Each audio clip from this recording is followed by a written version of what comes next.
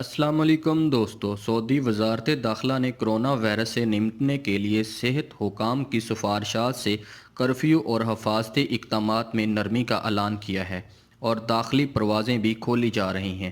یہ سعودی خبررساں ادارے SPA نے بتایا ہے کہ سعودی عرب میں جمعرات 28 مئی سے ہفتہ 30 مئی تک سعودی عرب کے تمام علاقوں میں صبح 6 بجے سے لے کر سپہر 3 بجے تک لوگوں کو اپنے گھروں سے نکلنے کی اجازت ہوگی، اور اتوار 31 مئی سے ہفتہ 30 جون کی شام تک صبح 6 بجے سے رات 8 بجے تک کرفیو میں نرمی رہے گی اور مکہ اس سہولت سے مستثنیٰ ہوگا، اور کرفیو جاری اوقات میں اپنے پرسنل گاڑی سے ملک کے تمام شہروں اور صوبوں میں آنے جانے کی اجازت ہوگی۔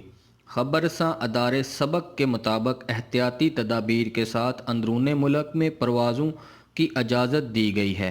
اتوار کے روز 31 مئی سے سعودی عرب کی تمام مساجد فرض نمازوں اور جمعے کی نماز باجماعت ادا کرنے کے لیے کھول دی جائیں گی۔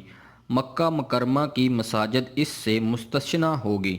مساجد میں احتیاطی تدابیر کی پابندی لازمی ہوگی اور مسجد الحرام میں جمعہ اور باجماعت دوسری نمازیں احتیاطی تدابیر کے ساتھ جاری رہیں گی۔